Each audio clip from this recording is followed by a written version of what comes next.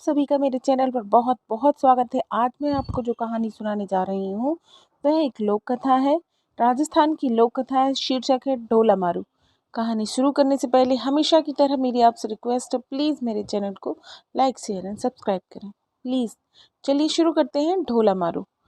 राजस्थान की लोक कथाओं में बहुत सी प्रेम कथाएं प्रचलित हैं, पर इन सब में ढोला मारू प्रेम कथा विशेष लोकप्रिय रही है। इस कथा की लोकप्रियता का अंदाजा इसी बात से लगाया जा सकता है कि 8वीं सदी की इस घटना का नायक ढोला राजस्थान में आज भी एक प्रेमी नायक के रूप में स्मरण किया जाता है और प्रत्येक पति पत्नी की सुंदर जोड़ी को ढोला मारू की उपमा दी जाती है। यही नहीं, आज भी लोकगीतों में स्त्रियां अपने प्रियतम को ढोला के नाम से ही संबोधित करती हैं। ढोला शब्द पति शब्द का पर्यायवाची बन चुका है।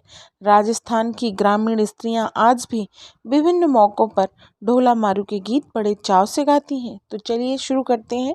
ढोला मारू कौन थे? ढोला मारू ढोला नरवर के राजा नल का पुत्र था, जिसे इतिहास में ढोला व सालह कुमार के नाम से जाना जाता था।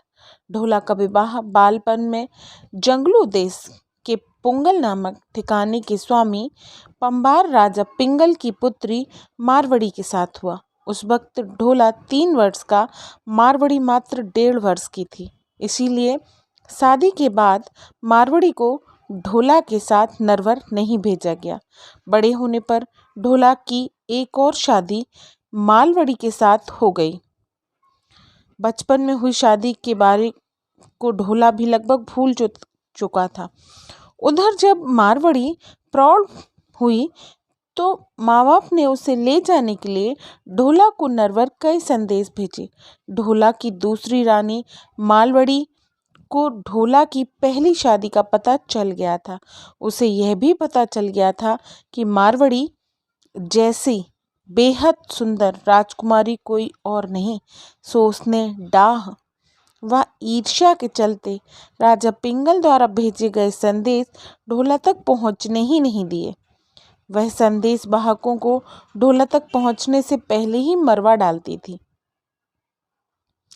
उधर मारवड़ी के अंकुरित यौवन ने अपना रंग दिखाना शुरू कर दिया। एक दिन उसे स्वप्न में अपने प्रियतम ढोला के दर्शन हुए। उसके बाद तो वह ढोला के वियोग में जलती रही। उसे न खाने में रुचि रही, न किसी और कार्य में।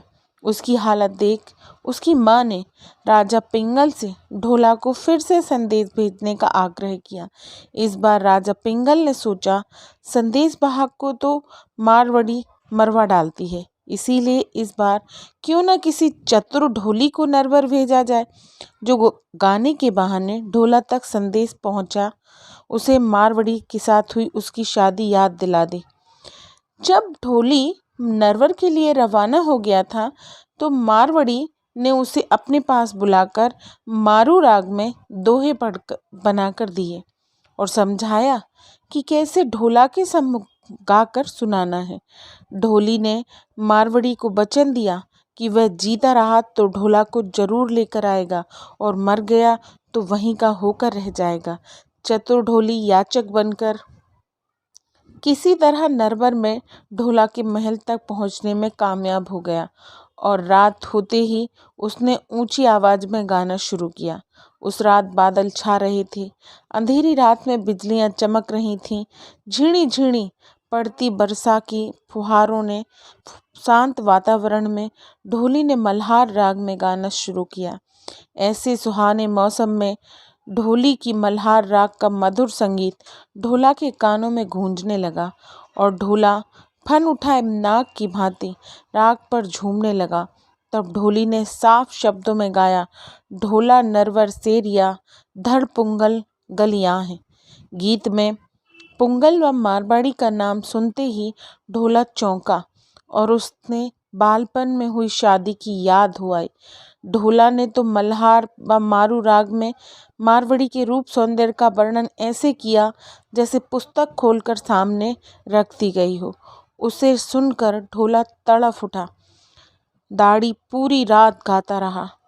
सुबह ढोला ने उसे बुलाकर पूछा तो उसने पुंगल से लाया मारवाड़ी का पूरा संदेशा सुनाते हुए बताया कि कैसे मारवाड़ी उसके वियोग में चल रही है। आखिर ढोला ने मारवाड़ी को लाने हेतु पुंगल जाने का निश्चय किया, पर मारवाड़ी ने उसे रोक दिया।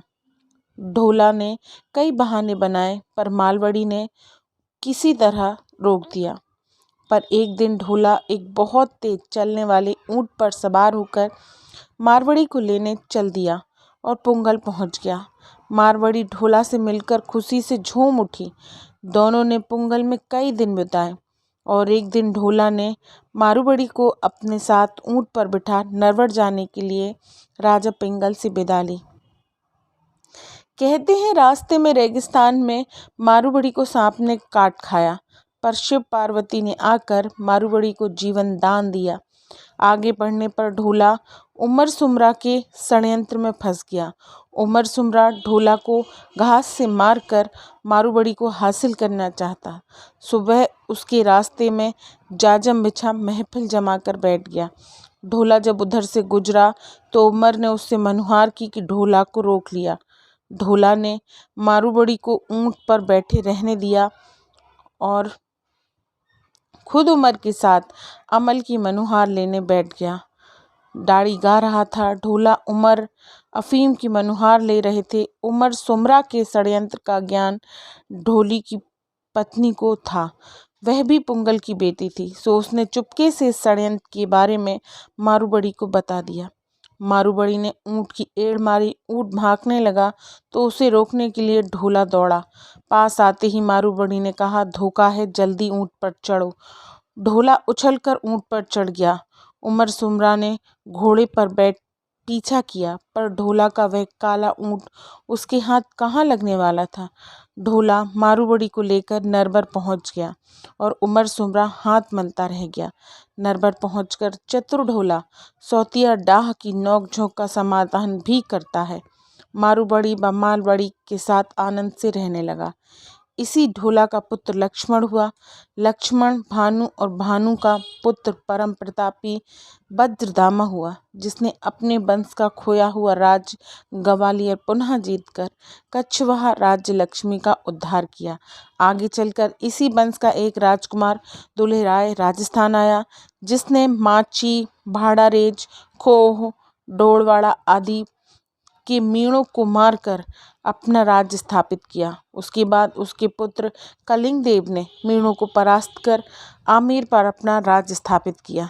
ये थी हमारी कहानी ढोला मारू। ढोला को रुझाने के लिए ढोली द्वारा गाए गए कुछ दोहे इस प्रकार हैं।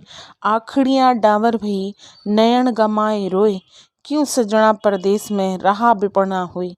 ये थी हमारी कहानी। मिलते हैं ऐसे ही किसी कहानी में। अगर आपको कहानी अच्छी लगी हो तो प्लीज़ मेरी कहानी को लाइक करें।